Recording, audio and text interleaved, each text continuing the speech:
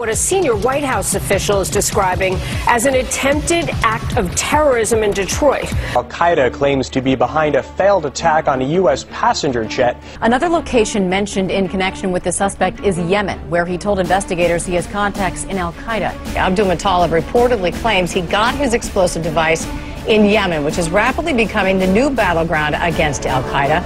With the connection to the Fort Hood attacker, he was linked to a cleric in Yemen. That's where Al-Qaeda in the Arabian Peninsula has established its headquarters. This is a concern. Well, you know, think of this as the post-9/11 Al-Qaeda.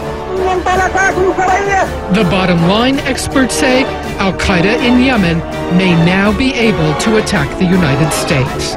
Al-Qaeda now has a very strong base in Yemen. Some say it rivals even Pakistan. Now to the Middle Eastern nation of Yemen, where some 30 Al-Qaeda militants have been said to have been killed in a suspected airstrike. The U.S. missile strike ordered by the president, which killed dozens of Al-Qaeda militants, an action which officials say was necessary to protect American interests.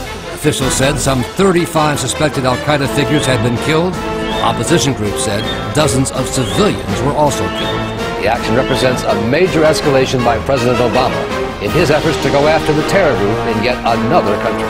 Where Al-Qaeda and its allies attempt to establish a foothold, whether in Somalia or Yemen or elsewhere, they must be confronted directly from the White House, which now appears very much hands-on in the efforts to decimate Al-Qaeda wherever it is found. A second attack targeted the site where U.S. officials say an imminent attack against a U.S. asset was being planned. It's going to cost a lot of money to go after Al-Qaeda right now, but it's going to be a lot cheaper and a lot easier than if you wait until the country collapses.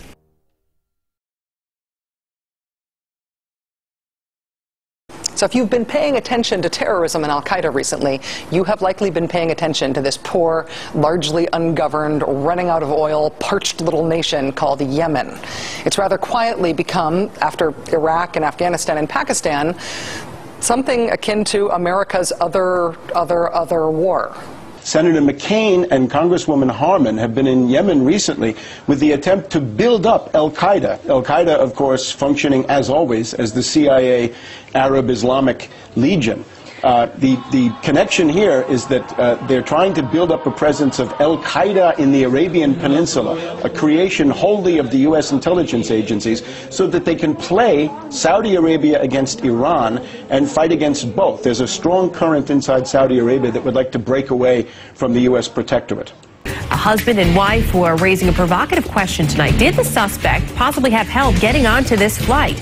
In fact, did this man even have a passport? I saw two men, and they caught my eye because they seemed to be an odd pair.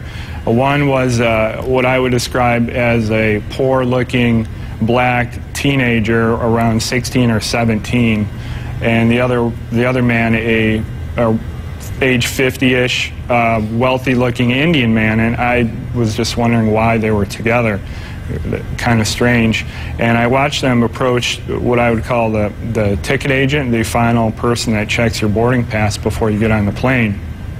And I could hear the entire conversation. The only person that spoke was the Indian man, and what he said was, this man needs to board the plane, but he doesn't have a passport. And the ticket agent responded, well, if he doesn't have a passport, he can't get on the plane. To which the Indian man responded back, he's from Sudan. We do this all the time. The fact is that this is a protected patsy. In other words, this is a puppet. This is somebody who's an asset controlled by U.S. intelligence. This is a way to stage a provocation. We've had 4 days of wall-to-wall hysteria worldwide about this. Everyone has been questioned who was on that flight.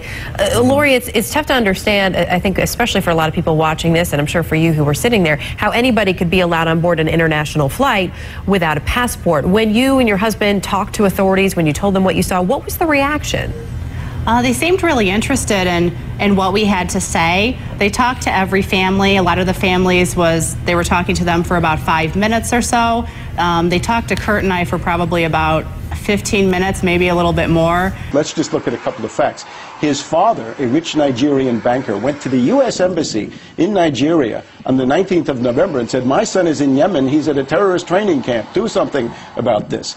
Nevertheless, the son is allowed to buy a ticket in Ghana, paying cash, $2,800, for a one-way ticket, He can get on the plane in Nigeria after entering Nigeria illegally, and when he gets to Amsterdam, he's apparently, I think, a mental deficient who can't make it from one gate to another. So according to an eyewitness account, there's a well-dressed Indian man who brings him to the gate for the U.S. flight and says, my client here, or my friend here, doesn't have a passport, get him on, he's Sudanese, and we do this all the time. However, the FBI and no other authorities have contacted us since then. And does that seem odd to you, or do you figure that's just part of the investigation? You know, I don't know. It does seem a little bit odd if my husband is the only one that noticed this happening. I would think that we would have been contacted for further questioning, especially now with all of the media that's been contacting us. New axis of evil is what we've heard all over the weekend and now from Obama today. It's Afghanistan, Pakistan understood as one thing, Somalia, and then Yemen. And I would say in terms of countermeasures, it's time to install a mole detector at the CIA and the FBI and fire the head of Homeland Security, Janet Napolitano, Incompetano, Totalitariano, who doesn't even know her own failure when she sees it, looking at it in the face. We can't know whether these people are complicit or whether they're just incompetent, but they should be fired. Well, aggressors in here, and state that Yemen government didn't have any option but to ask Saudi Arabia for military help. This distortion of the truth and trying, it's playing in what we call the Western agenda in here, of criminalizing Iran. I blame Al-Quds Al-Arabi for running such a story without checking its sources, because this is not, there is no truth in this story to start with. The other issue in here, this is a continuation of the Obama sort of policy, which is take on from where George Bush left, as what they call it, the chaos in the Middle East, create the bigger Middle East, shaking the whole Middle East, helping and creating new entities and creating more wars. Sana'a Specialized Penal Court held its first session on Saturday. 3 locals stood trial on forming a terrorist group charged and working for the Israelis Mossad intelligence agency. The concerned judge said that the 3 persons were accused of spying for Israel through communication with the office of Israeli outgoing Prime Minister Ehud Olmert. During the correspondence, the network asked for help to carry out terrorist activities inside Yemen. Yet we're funneling a load of military aid to Yemen. Last year we didn't at all. So that really underscores how important Yemen is. If Yemen falls, that could be the new battleground for Al-Qaeda? Absolutely, and of course that's along key tanker routes for the Red Sea. If Yemen falls, I mean, the price of oil immediately goes up, and some 24 million people fall into the sway of Al-Qaeda and radical militants linked to Iran. Meanwhile, there is also news tonight out of Iran. You remember that on Monday, Secretary of State Hillary Clinton said the new administration's engagement with Iran has not been productive. Russians caution that there is no proof the Iranians are trying to build nuclear weapons, but the Israelis are not convinced. And new details are emerging about the Air Force drill they recently conducted, designed to send a message to Tehran. Israeli warplanes have conducted what U.S. intelligence analysts say was a dress rehearsal for a strike against Iran's nuclear facilities. Ominous action backed up by ominous words from Israel's ambassador to the U.S. We cannot take this threat lightly.